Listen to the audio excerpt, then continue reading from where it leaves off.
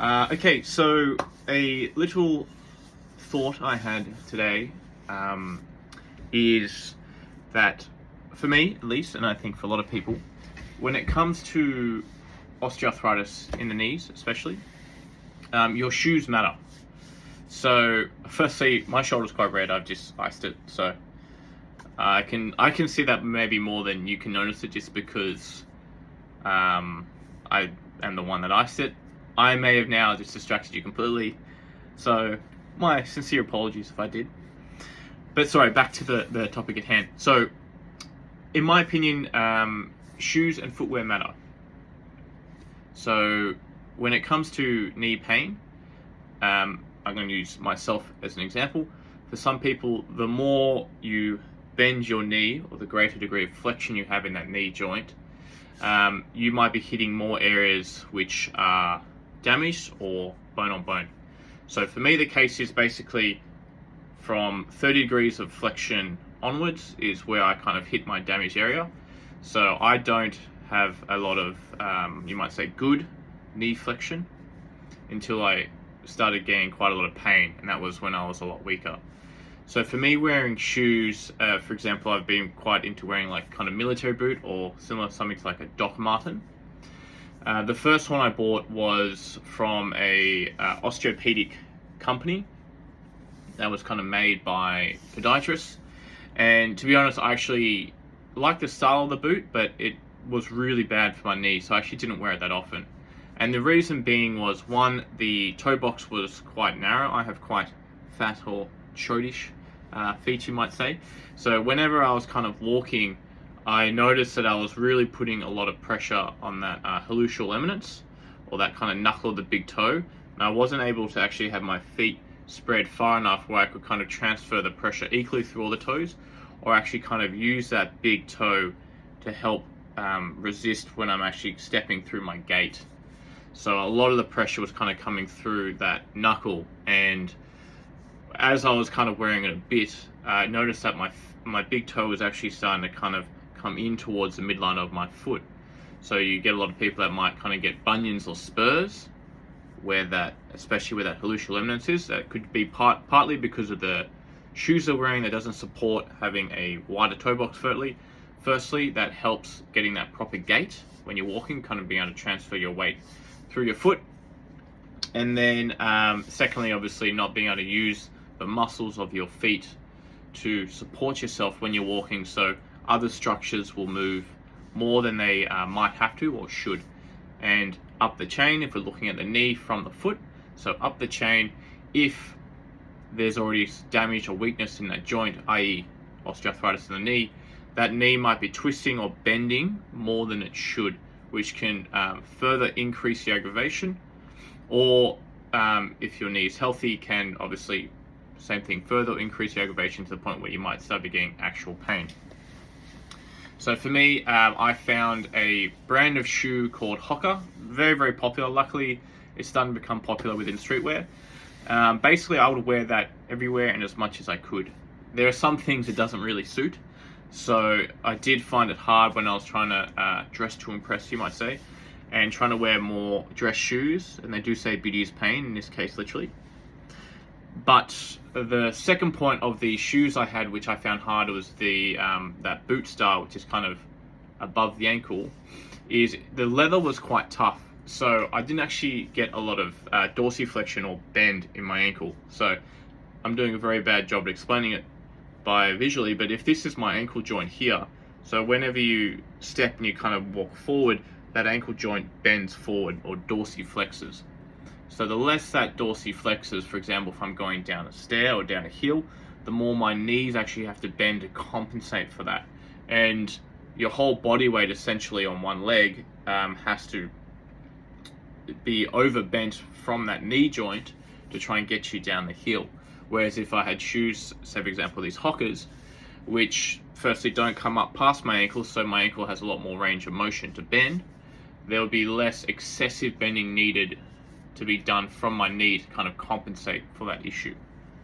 Luckily, being here in Japan and being on a bit more of a budget, there's a store called GU, which is really cheap. I love their style, but they also have that kind of higher military slash leather boot, and the Forks leather is actually really soft and pliable, so I feel like I can wear it and not really have this excessive knee issue that I usually had with these similar shoes, which were actually made by podiatrists. Just because that leather, being fake, obviously kind of bends more when I step, so it allows my ankle to go through that dorsiflexion, so my knee doesn't have to overcompensate. Another thing which could be a word of advice, I have this trouble in Japan and kind of a lot of Asian countries I go to, just because I'm a bit bigger and my shoe size is a bit bigger. So in Australia or in America, I try and get a US 13, which is kind of one size up to what I usually get, or if the shoe makes a wider fit, you can obviously just ask for the wider fit. Here, their biggest size is usually an 11 or a 12, sometimes 10, it just really depends.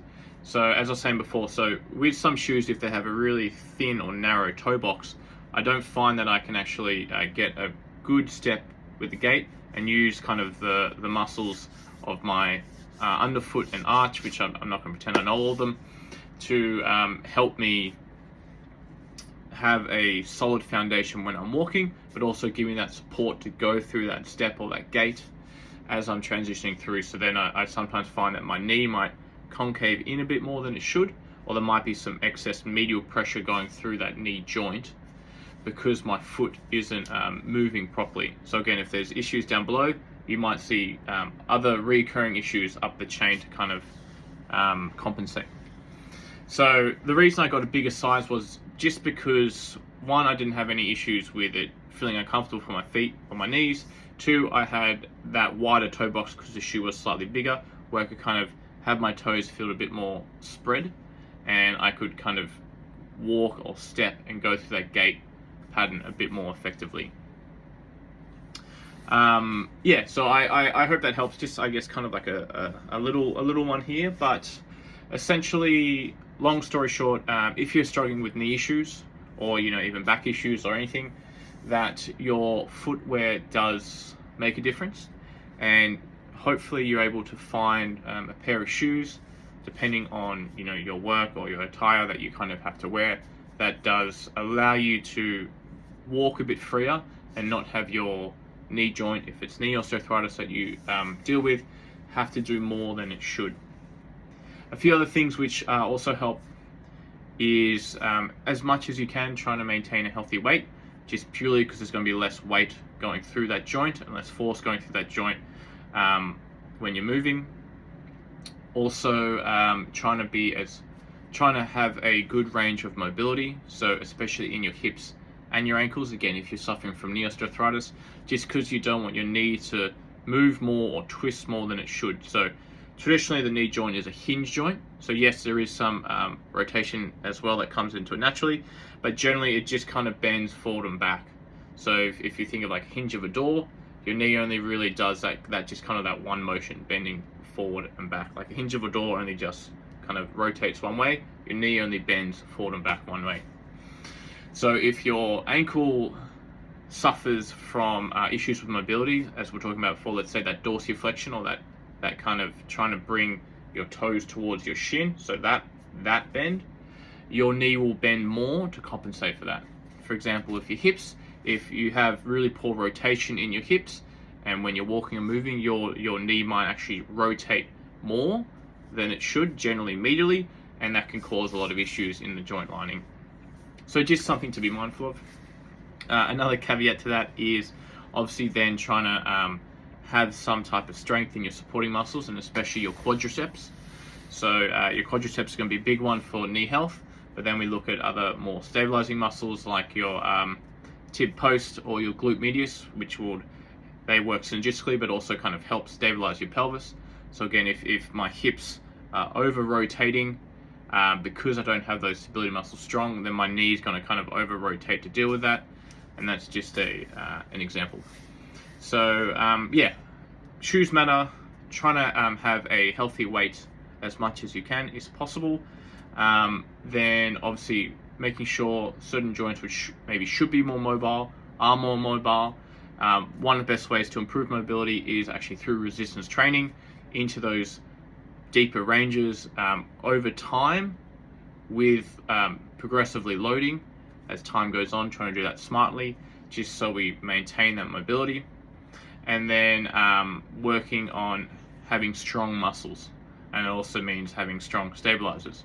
So that doesn't necessarily mean you have to do single leg balance hold or anything like that, but just kind of making sure that we're getting the foundations correct. So even something like a lunge hold, a lunge, a split squat, a single leg hip bridge, just again, purely some examples, a calf raise, where we're kind of working those muscles that also have a stability aspect to them, as well as a strength aspect, that will help engage those smaller motor unit muscles, which will help with the stability of certain joints.